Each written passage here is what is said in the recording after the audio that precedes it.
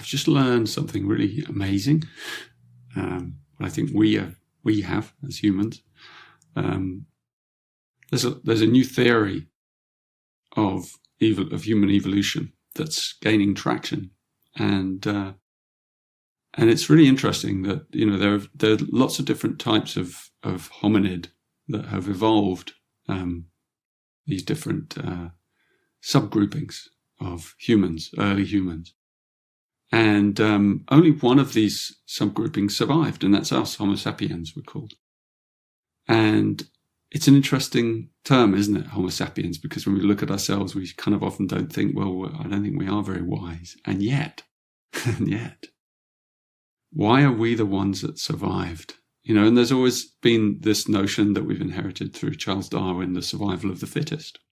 And yet, the new theory is that actually the reason that we've survived is not because we were the most cruel and kind of meanest and selfish, but rather the opposite, that we were the kindest.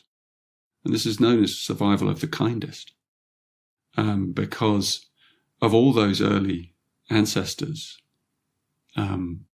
we were the most able to care for each other. And there's a lot of evidence for this, that, we cared for each other, that there's evidence of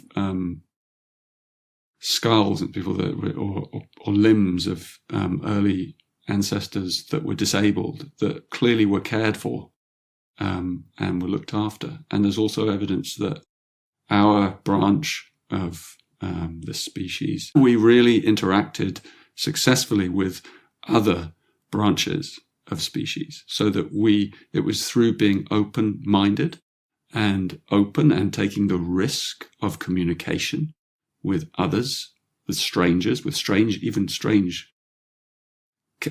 beings that seemed very different from us, that we were able to build these bridges between different groupings and racial groupings and tribal groupings, through our openness, through our care, through our compassion with each other, through altruism.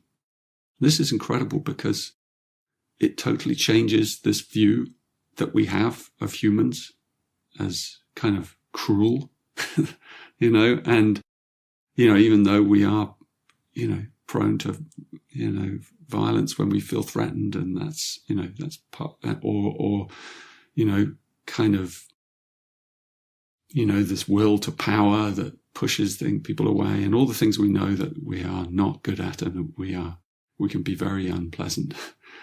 Underneath it all is this view that kindness is not a weak force, that love is actually the most powerful force because it ensures survival. It's the only power that ensures survival. And so really, I want to just offer this as a contemplation for each of us, that kindness is an extraordinary power.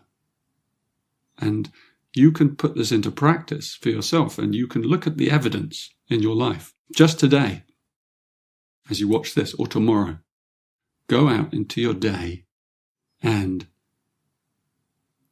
be really kind, be extra kind, be really considerate, in any way whatsoever. Maybe it's being open to a stranger, maybe it's listening, maybe it's reaching out to someone you haven't seen or someone that's suffering. Perhaps it's caring for some plants in your garden, or insects, or, something simple, rescuing a spider. It doesn't really matter.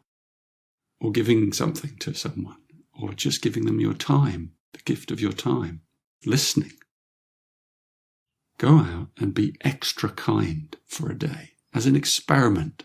Extra kind. Even maybe make some space in the day where you put things off that you normally would have done, or take the day off from work and go out and just have a kindness day.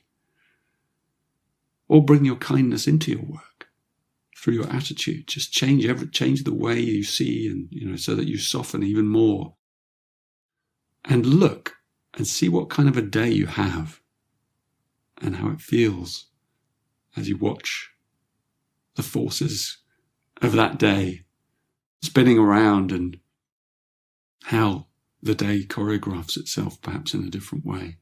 And when you get to the end of the day, really think back about it and, experiment with and really consider the power of kindness. And you'll see that you'll be connecting in with the very roots of your humanity, of our humanity. What makes us so awesome. What will ensure our survival moving through very uncertain times. That we're open to each other, that we listen to each other, that we care for those in need. That we speak words of kindness. We let kindness resonate through our voice, through our tone. Not as something fake, but as something genuine coming from inside us. And just open to this possibility. And perhaps, we can tune together into the currents of, what it means to truly thrive, as a species, even in times of change, because our ancestors also faced huge climactic, questions and difficulties and changes, massive changes. And yet the ones that survived were the ones that were the most adaptable.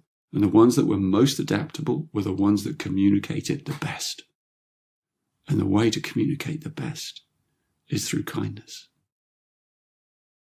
Really consider this.